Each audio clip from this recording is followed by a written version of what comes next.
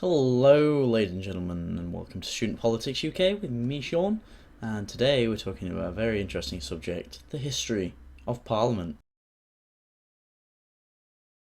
Yes, so today we're talking about the Houses of Parliament and how it came to be the centre of government for the United Kingdom. Our first part of our story begins in 1215 when the Magna Carta was signed by King John. This established that the king may not levy or collect taxes without the consent of his royal council, which would later become Parliament. By the time of Henry III, Parliament became increasingly annoyed at Henry because of his unwillingness to consult them on matters close to them, and also his favouritism towards his foreign relatives instead of the nobles in his own land. The straw that broke the camel's back in this case was the papal invasion of Sicily that Henry supported. It was disastrous, and then in 1258, 7 leading barons forced Henry to swear and uphold the provisions of Oxford. Later this was superseded by the provisions of Westminster. This agreement effectively abolished the idea of an Anglo-Normandy monarchy, giving power to a council of 15 barons instead of just the king. But the Pope at this time was having none of this. He was like, nah, Henry, you don't have to listen to these people. Do what you want.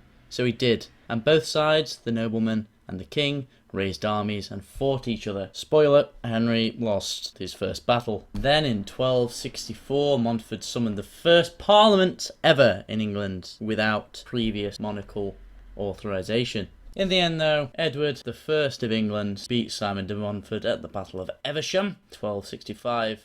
Henry's authority was restored and the provisions of Oxford were forgotten. Edward I called his first parliament in 1275 and issued orders known as writs for the election of 2 representatives from each county and 2 from each town or city. They were expected to listen to the king and approve his taxation changes. No grievances was allowed to be discussed. In 1327, Parliament had officially reached its penultimate stage, consisting of 3 bodies: the Commons, the elected people; the Lords, the unelected rich people; and the monarch, just a rich and powerful person who sits in a fancy chair. And then the 100 Years' War came, and Edward III, trying to get around Parliament, and instead of them raising the taxes, he decided he would do it himself. Parliament got annoyed at this and began impeaching his ministers, which it could, and made a law that no change in the tax system, or any new law for that matter, could be passed without support of both houses in Parliament and the monarch as well. Then the War of the Roses, which the White Rose hailed victorious. Other people would say otherwise, but it did. Yorkshire for life. After this climactic event, one of the most powerful royal monarchies in history would emerge: the Tudors. The Tudors were very powerful, and Parliament did not sit frequently. In 1540, the Speaker was officially called the Speaker for the first time, and dragged to his chair once elected, which they still do. A change came about so a bill could be presented to Parliament from members of either chamber and needed a majority in both houses and approval from the monarch to become law. The monarch can still actually veto any legislation today. And now for one of the most turbulent times in Parliament's history, the Stuarts. To kick off James I's rule in 1604, Guy Fawkes tried to blow up James I by setting a load of gunpowder underneath the House of Lords. Let's just say it ended up with Guy Fawkes' head on a spike in the Tower of London. During this period, Parliament really came into their own, criticising the monarch. In 1628, the Petition of Right was sent to the king, demanding the House of Commons had its liberties restored.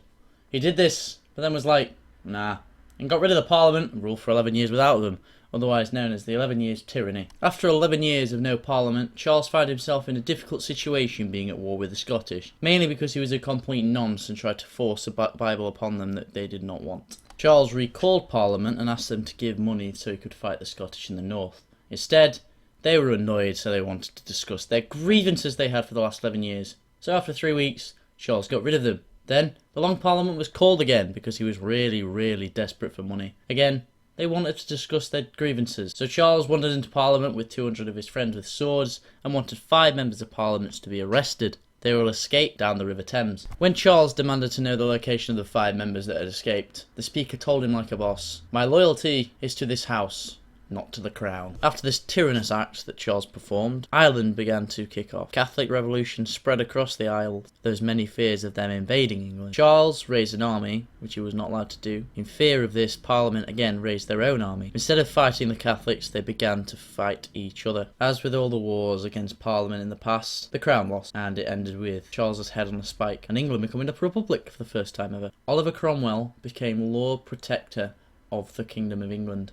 after signing the humble petition and advice. This is the last piece of codified constitution that the UK has today, asserting Parliament's power and making sure it met every 3 years, giving advice to the king and to reduce the size of the army to save money. After Oliver Cromwell died, his son Richard took over, called another parliament, which then he dissolved, and then the Rump Parliament was recalled, and then it was dissolved, and then after an invasion from supporters from the King from Scotland, who then recalled Parliament, which was later then dissolved itself and called for new elections. This was then dominated by Royalists, which brought back the King and the House of Lords. When Charles II died, his brother James II took over. He wanted to help Catholics. These were hated by everyone in England, so Parliament took action and invited William of Orange to take the throne of England. They offered the throne to Mary, James II's daughter, who was married to William.